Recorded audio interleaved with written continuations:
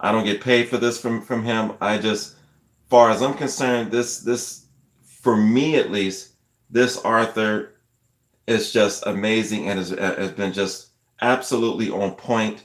His predictions, everything what he has said about far as economy, far as about spiritual things, far as about presidential things have come to pass, and he's been amazing. So here, let's get started right here. It says bureaucrats derive their power from their position in the structure, not from their relations with the people they are supposed to serve. The people are not masters of the bureaucracy, but its clients. They receive its services, but only insofar as they conform to its authority. The bureaucracy is like a computer. It responds only to those who address it in the proper form. In this sense, a bureaucratic government program has a double meaning. The program serves its clients, but it also programs them. And that's exactly what we're dealing with right now. We are dealing with you just think about the programming, what's going on as far as within the academia level and just education, period. I'm going to go in a little bit as we go on in this video the thinking and just the weird, strange thinking what's going on far as those that are in their 20s, even early 30s and whatnot. They're just the complete lie what they're believing at this current moment. Believing things like the planet's going to blow up, all this kind of weird stuff like this. People, they're able to believe this because lie upon lie, line upon line, they have built these structures within the hearts and minds of the youth out there, and unfortunately the people are believing this stuff, and therefore eventually down the road, 15 some 20 years down the road, we will have a society that's completely built on the platform of a lie. And that's where we're headed towards. Thank God for this administration that stepped in and put a halt to that, and I believe that we have a chance to turn this thing around.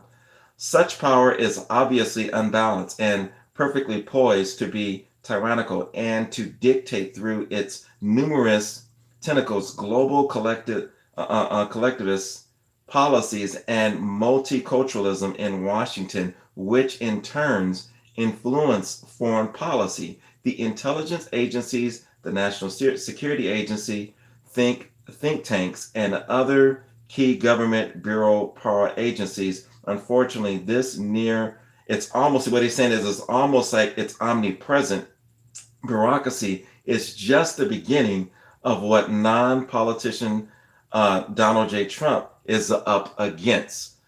I also I'm not going to do it in this video, but in the next video, I found an article I was reading the other day, and it's talking about now there's more that they're looking to get out of our driver's license right now and what they're wanting more information.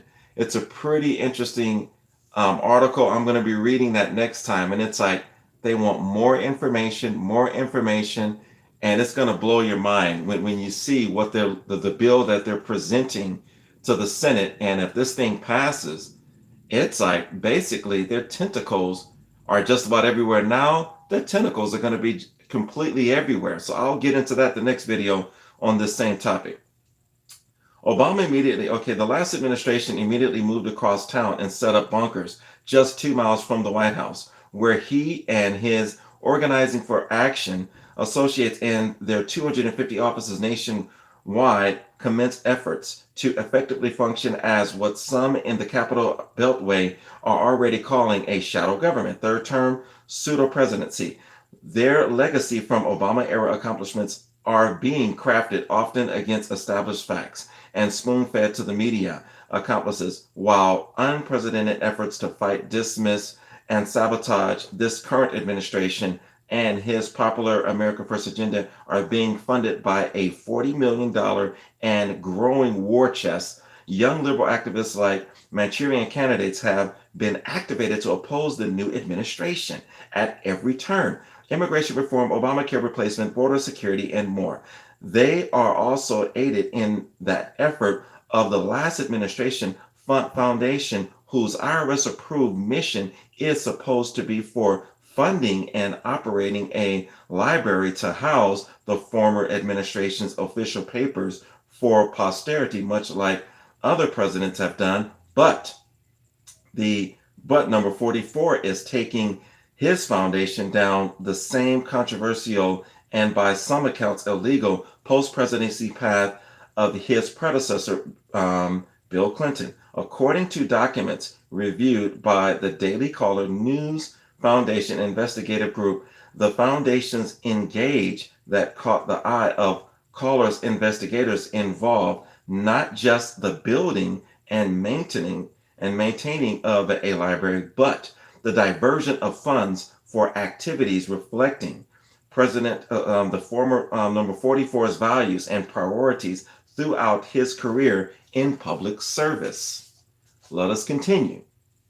In other words, the nonprofit foundation, forgive me about that, I knew that would happen. The nonprofit foundation made this personal. He himself is overseeing the Blitzkrieg. The former president has swiftly returned to his early station as a radical Saul Alinsky style agitation organizer. Alinsky, the 1960s radical who wrote Rules for Radical, and by whom Obama was guided, once said, in the beginning, the organizing effort job is to create the issue or problem. Creating the problem allows people to feel frustrated, so defeated, so lost. Essentially what is going on, that the ultimate job of this is to basically get people to a position to where they have no hope or no vision. Their complete dependency is on the government.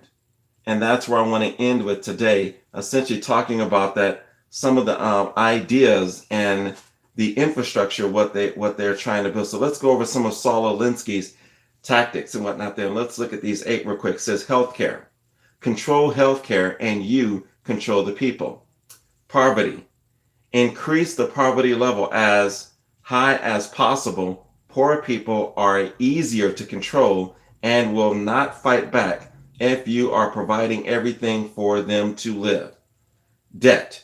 Increase the debt to unsustainable level. That way you are able to increase taxes and this will produce more poverty.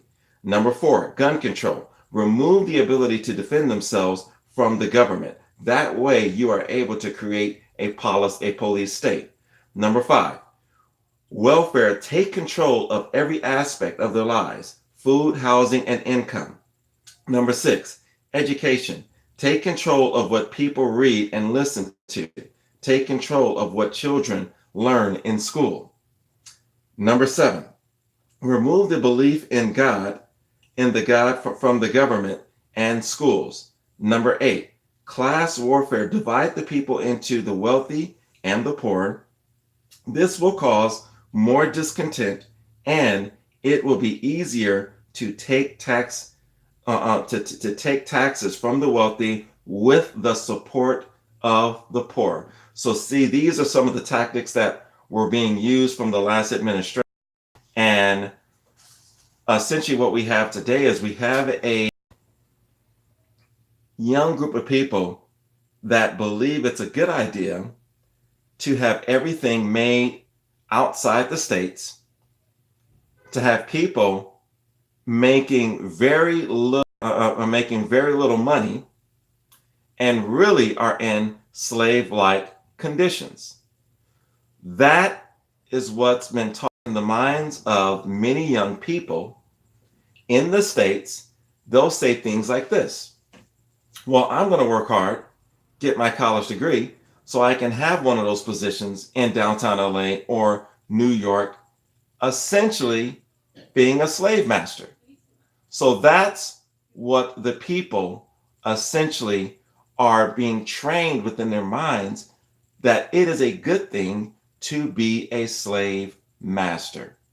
People, if that's not mind control, then I don't know what is mind control. You get what I'm saying?